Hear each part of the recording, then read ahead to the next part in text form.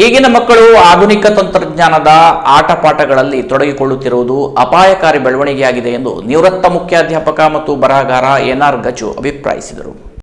ಕುಮಟಾ ಬಸ್ತಿಪೇಟೆಯ ಶಂಕರನಾರಾಯಣ ದೇವಾಲಯದ ಪ್ರಾಂಗಣದಲ್ಲಿ ನಡೆಯುತ್ತಿರುವ ಚಿತ್ರಕಲಾ ಶಿಕ್ಷಕ ಮನೋಜ್ ಗುನ್ಗಾ ನೇತೃತ್ವದ 2ನೇ ಹಂತದ 10 ದಿನಗಳ ಬೇಸಿಗೆ ಶಿಬಿರಕ್ಕೆ ನಿವೃತ್ತ ಮುಖ್ಯೋಧ್ಯಾಪಕ ಎನ್.ಆರ್. ಗಜು ಚಾಲನೆ ನೀಡಿ ಮಾತನಾಡಿದರು. ಹೊಸ ತಲೆಮಾರಿನ ಮಕ್ಕಳಿಗೆ ಕೂಡು ಕೌಟುಂಬಿಕ ಅನುಬಂಧ, ಗ್ರಾಮೀಣ ಸೊಗಡಿನ ವಾತಾವರಣ, ದೇಶೀಯ ಸಾಂಸ್ಕೃತಿಕ ಚಟುವಟಿಕೆಗಳಿಂದ ಕೂಡಿದ ವಾತಾವರಣ ಲಭಿಸುವುದಿಲ್ಲ.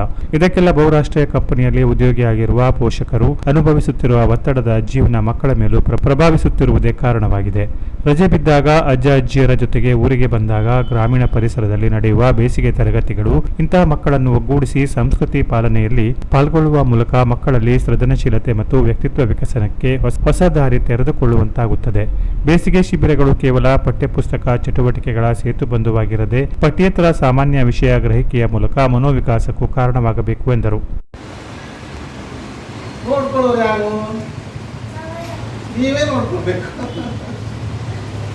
ಹಾಗಾಗಿ ಇಂಥ ಕ್ಲಾಸಿಗೆ ಸೇರಿಕೊಂಡ್ರೆ ಎಲ್ಲ ಎಷ್ಟು ಜನ ಕುಡಿದು ನೋಡಿ, ಇಲ್ಲಿ 20-25 ಜನ ಕೂಡ್ಕೊಂಡು ನೀವು ಇಲ್ಲೇ ಒಂದು ಗುಂಪು ಆಗ್ತದೆ. ಹೊಸ ಫ್ರೆಂಡ್ಸ್ ಸಿಗ್ತಾರೆ, ನಿಮಗೆ ಹೊಸದನ್ನು ಕಲಿಸ್ತಾರೆ. ಇಲ್ಲಿ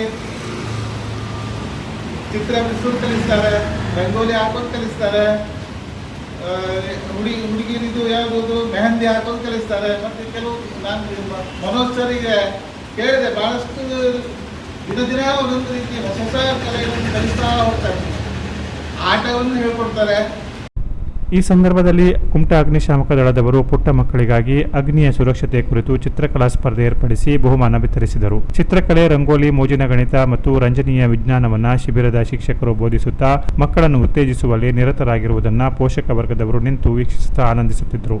ವಿದ್ಯಾರ್ಥಿಗಳ ಪರವಾಗಿ ಶಿಕ್ಷಕ ಮನೋಜ್ ಗುನ್ಗಾ ಸ್ವಾಗತಿಸಿ ಪರಿಚಯಿಸಿ ವಂದಿಸಿದರು. ಈ ಸಂದರ್ಭದಲ್ಲಿ ದೇಹದಾರ್ಢ್ಯ ಪಟು ರಾಜೇಶ್ ಮಡಿವಾಳ್, ನಿರೂಪಕಿ ಶೀಲಾ ಮಿಸ್ತಾ, ಮೇಧಾ ಆರ್, ಲತಾಶ್ರೀ, ಶಿಕ್ಷಕಿ ಜ್ಯೋತಿ ನಾಯ್ಕ್ ಮುಂತಾದವರು ಉಪಸ್ಥಿತರಿದ್ದರು. Canara plus news, Kumta.